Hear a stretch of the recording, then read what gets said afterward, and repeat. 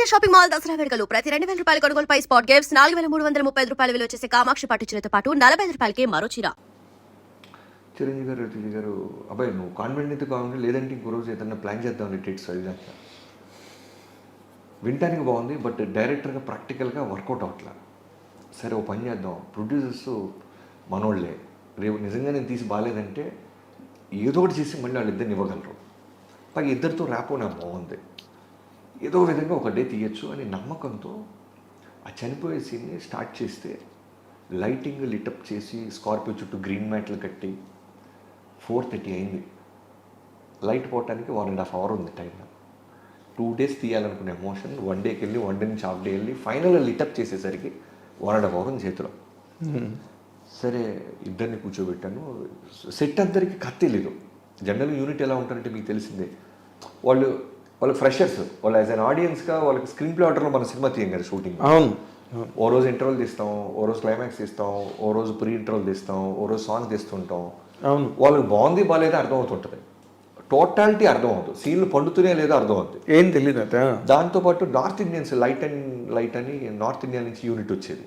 వాళ్ళకి తెలుగు సగం రాదు, సగం మందికి గోల ఉన్నారు వాళ్ళు.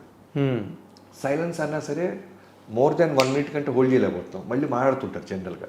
ఎందుకంటే పనే, అవును, అరే దాన్ని అది తోసేరా, దాన్ని ఉదరావు ట్రాక్ దాలో ఈ గోల ఎక్కువ ఉంటుంది. అవును. సరే ఇద్దరిని కూర్చోబెట్టి సీన్ ఎక్స్ప్లెయిన్ చేశాను మళ్ళీ ఒకసారి. అన్నయ్య ఇది మీరు, ఇది రవి గారు ఇలా మాట్లాడుతుంటే ఓపెన్ చేయ అబ్బాయి, స్కార్పియోలో అంటున్నావు కాబట్టి మీ ఇద్దరం డ్రైవింగ్ సీట్లో నేను, ఈ సీట్లో రవి ఉంటారు, నువ్వు వెనకాల ఉండి నీ ఎమోషన్ని ఒక్కసారి నేను టేక్కి వెళ్ళే ముందు ఒక్కసారి మళ్ళీ రంతులు చేయి, డైలాగులు మర్చిపోదాం, ఎమోషన్ మీదే ఫోకస్ చేద్దామని రవితేజ గారు చిరంజీవి గారు అంటం జరిగింది. వెళ్ళిపోయి నేను ఇప్పుడు మానిటర్ చూడలేను, డైరెక్ట్గా మానిటర్ చూడాల్సింది నేను. వెనకాల కూర్చొని వాళ్ళకి చిన్నపాటి ఆ మూడ్ క్రియేట్ చేసి ప్రాంప్టింగ్స్ పొజిషన్లోకి వెళ్ళిపోయినాను. ఎందుకంటే ఈ ఏడీస్ అంత 100% అంత షార్ట్ టైంలో ఎగ్జాక్ట్గా నేను చూసుకునే ఎమోషన్ వాళ్ళు చెప్పలేరు. సో మానిటర్ లేదు నా దగ్గర. సరే మీరు చూస్తే ఆ సీన్లో వెనకాల నేను పడుకొని ఉంటాను స్కార్పియోలో, కెమెరాకి తెలియకుండా. ఓకే. సో బిగినింగ్ టేక్ ముందు మొత్తం ఇది అనమాట, రోల్ కెమెరా యాక్షన్ నేనే అనేసాను. చేస్తే ఇద్దరు చేసేసారు. బయటకు వచ్చి మానిటర్ చూస్తున్నాను, నాకు టెన్షను బాగా వచ్చిందా లేదా అని. 5 అంతా అయింది. చూస్తుంటే చిరంజీవి గారు రజనీ గారు ఇద్దరు రావటం వంట దగ్గరికి. బాబీ గారిని చూడండి, ఆడికి ఒక కన్విక్షన్ ఉంటుంది కదా, లేదంటే 1 more చేద్దాం. చూస్తున్నా దాన్ని మళ్ళీ ప్లే అంటే నేను రియలైజ్ అయింది ఏంటంటే హోల్ సెట్ సైలెంట్గా ఉంది. హోల్ సెట్ 300 మంది సైలెంట్గా ఉన్నారు. అప్పుడు నాకు గూజంస్ ఇలా వచ్చినాయి, ఈ సీన్ పండిందిరా బాబు, వీడి అమ్మ ఆర్ఆర్ లేకుండా నాకు కూడా సైలెంట్ అయిపోయారంటే సీన్ పండింది, వీడు చచ్చిపోతున్నాడు, ఇలా బాధపడుతున్నాడు అనేది వాళ్ళకి అర్థమైంది, లాంగ్వేజ్తో సంబంధం లేకుండా. అదే హిందీ వాళ్ళు వాళ్ళకి అర్థమైంది, ఆగిపోయారు, ఎవడు మాట్లాడట్లేదు, నేను సైలెన్స్ అని అరవట్లేదు, whole unit pin drop silent, అందరూ మౌనంగా అలా చూస్తున్నారు. దగ్గరికి వచ్చి వర్కౌట్ అయిపోయింది అనేసి ఇప్పుడు ఫ్రంట్ అయిపోయింది, ఇప్పుడు ఈ సైషన్ ఒకటి చాలా, ఇటు ఒకటి పెట్టాను సింగిల్ టేక్, ఇటు ఒకటి పెట్టాను సింగిల్ టేక్, ఒకటి క్లోజప్ అయిపోయింది. 6:20కి ప్యాకప్. వారిని అసలు మామూలు కాదు ఇది. ఆ రోజు నేను మెంటల్గా ఫిక్స్ అయ్యా, ఓకే వండర్ జరిగిపోయింది ఈ సినిమాలో. ఎప్పుడైతే లాంగ్వేజ్ రాని వాళ్ళకి, కథ తెలియని వాళ్ళకి ఓ రవితేజ గారు అన్నయ్య అనుకుంటూ వచ్చి భుజం మీద చేసి తీసుకెళ్ళి స్కార్పియోలో కూర్చోబెట్టి చనిపోతున్న మూమెంట్ని వాళ్ళు చూసి పిన్ డ్రాప్ సైలెంట్ అయిపోయి ఎమోషనల్గా ఫీల్ అవుతున్నారంటే దీనికి ఆర్ఆర్ యాడ్ అవుద్ది, రికార్డింగ్ యాడ్ అవుద్ది, పర్టికులర్ స్క్రీన్ ప్లే టైంలో వస్తుంది. అయ్యో బాబోయ్, అసలు అది థియేటర్లో ఆ సీన్ ఎలా ఉంటుందంటే ఇప్పుడు మీరు చెప్తుంటేనే నేను I'm getting war burdened with that emotion. అది గుర్తొచ్చి అసలు ఆ క్షణంలో తీసిన మీరు ఫస్ట్ టైం గ్లిజరిన్ ఉండదు, ఇద్దరు గ్లిజరిన్ వేసుకోవాలా, ఇద్దరు డైలాగ్ పేపర్ చూసుకోవాలా, ఒకసారి సీన్ నేను ప్రాంప్ట్ చేయటం అంతే, ఇద్దరు. దాంట్లో ఇంకా బ్యూటీ ఏంటంటే బీడికి తీసి రవితేజ గారి నోట్లో చిరంజీవి గారు పెడతారు. అలా ఇది ఒకళ్ళు చెప్తే రాదు, వాళ్ళిద్దరు ఫీల్ అవ్వాలి. ఎగ్జాక్ట్లీ, షేర్ చేసుకోండి. నా తమ్ముడు చనిపోతున్నాడు ఇంకో ఫ్యూ సెకండ్స్లో అని, నీ అమ్మ అన్నతో బ్యూటిఫుల్ మూమెంట్స్ లేవురా, ఎదిగిన తర్వాత మనం పెరిగిన తర్వాత చనిపోతున్నాను ఏంటి, మా అన్నని మిస్ అయిన ఆయన, వాళ్ళిద్దరు బలంగా నమ్మారు. అది దాన్ని ఒక వాళ్ళతేరే వేరే కథగానో ఇది ఒక సినిమాలో వాళ్ళిద్దరు ఆ క్షణం ఫీల్ అవ్వాలి. సో సొంత అన్నదమ్ముళ్ళగా వాళ్ళు ఫీల్ అయ్యారు. అదే మనకి అసలు మీరు చెప్తున్నదంతా వింటే నేను I'm reliving all those moments in auditorium. First day మేము షో చూడడానికి వెళ్ళినప్పుడు ఏవైతే ఫీల్ అయ్యామో వాటికి ఒక 1000 times ఎక్కువ ఫీలింగ్ వచ్చింది. And you're narrating all that what has exactly happen that day. అయితే సినిమా రిలీజ్ అయ్యి అసలు వరల్డ్ రికార్డ్ రేంజ్లో రికార్డులన్నీ బదులు కొట్టేసి అసలు ఇండస్ట్రీ చరిత్రని మళ్ళీ తిరగరాసి మెగా స్టామినా అంటే. అయితే చిరంజీవి గారిలోని గొప్పతనం మళ్ళీ ఆ రోజు సక్సెస్ మీట్లో చెప్పారు కదా, ఎఫ్ఎన్సిసిలో జరిగిన దాంట్లో నా తమ్ముడు రవితేజ కనుక లేకపోతే సినిమాలో అసలు ఇంత సక్సెస్ ఉండదని. చాలా గ్రేట్ ఆ విషయం కదా. ఎప్పుడు కూడా మీడియా పరంగా కాదు, లేకపోతే పబ్లిక్ పరంగా కాదు, పర్సనల్గా లేకపోయినా పర్సనల్గా కూడా రవిని మళ్ళీ న్యాయం చేశాడు బాబీ. రవి గడే రవి కరెక్ట్, అది చంపేశాడమ్మా, కన్నీళ్ళు తెప్పించేసాడమ్మా అంటుంటాడు. ముందు అన్నది కూడా ఆయనే కదా, ఆయనే. నువ్వు క్యారెక్టర్ చెప్పగానే మీరు రవి కదా అని ఎంత అసలు ఎంత సిక్స్ సెన్స్ ఉండాలి, ఎంత అండర్స్టాండింగ్ ఉండాలి దాని మీద. ఎందుకు పర్టికులర్గా నాకు వాల్తేరి వేరే అన్న తర్వాత నాకు ఇంట్రొడక్షన్, ఇంటర్వల్ ఫైట్ ఇవన్నీ క్లాప్ మూమెంట్స్ అయినా డైరెక్టర్గా నేను ప్రౌడ్గా ఫీల్ అయ్యేది కొన్ని సీన్స్ ఉంటాయి. అవును, నాకు పర్సనల్గా దాంట్లో పోస్టర్ మీద బురద పడితే లుంగితో చిరంజీవి గారు తుడిసే సీన్ ఉంటుంది. అవును అవును, అది ఒక మ్యాజికల్ మూమెంట్. అది రవితేజ గారి డెత్ సీన్. ఆ సీన్ నిజంగా కూడా అంత నమ్మి చేయక్కర్లా చిరంజీవి గారు, ఊరికే ఒకసారి తుడిస్తే సరిపోద్ది.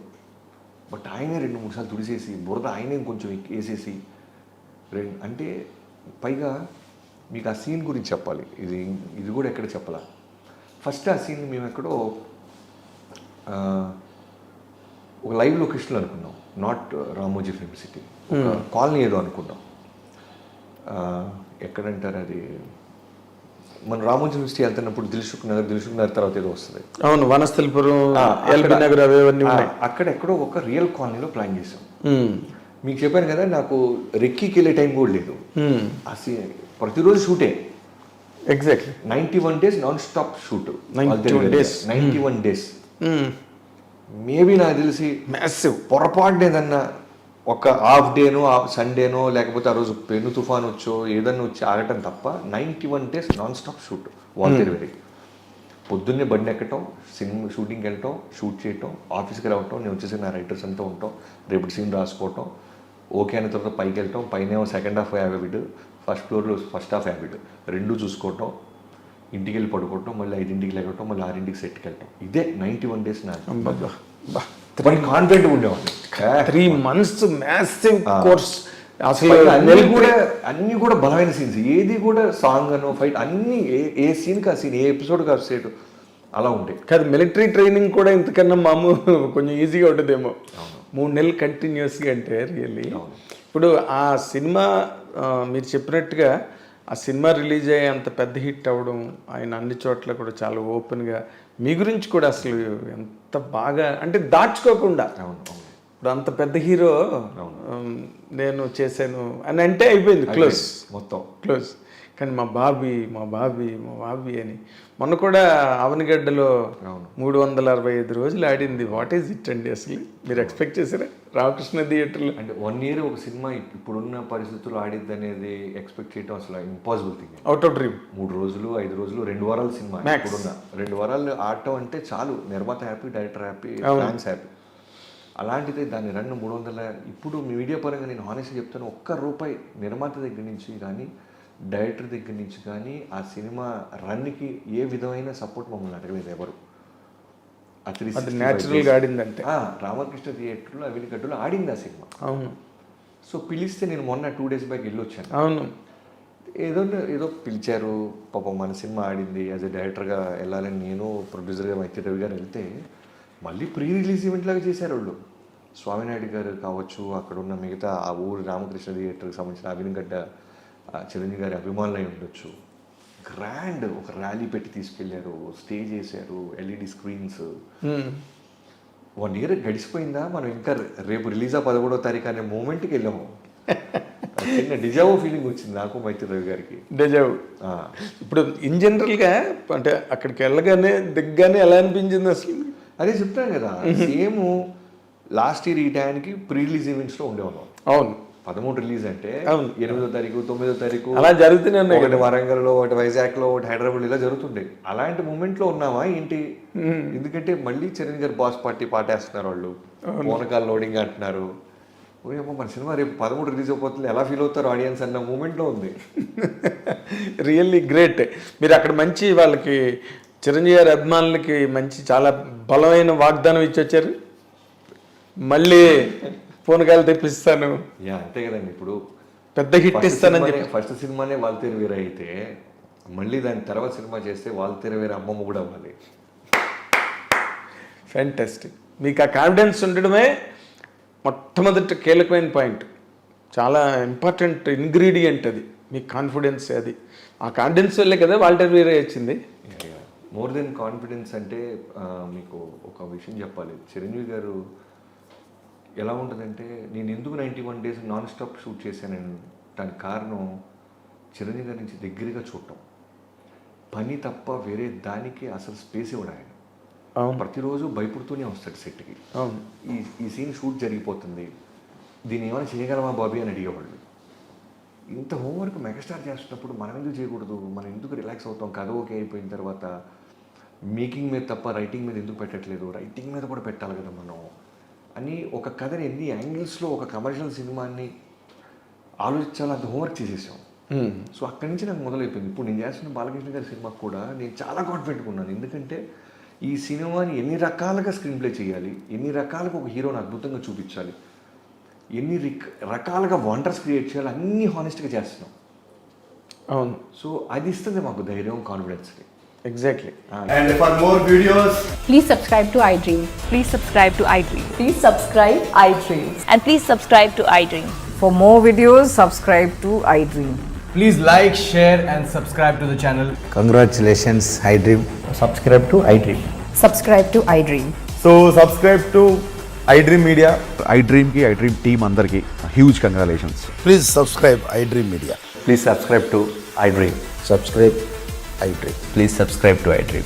iDream అంటే నా కళల ఛానల్ సబ్స్క్రైబ్ చేసుకున్న నోరు తిరుగుతలేదు, మీరైతే గంట గుర్తు కొట్టండి. For more such videos, please subscribe to iDream. Subscribe to iDream. Please subscribe to iDream. Please subscribe iDream Media. Please do subscribe to iDream. Please subscribe to iDream Media. For best entertainment and information, please subscribe iDream. And don't forget to subscribe to iDream.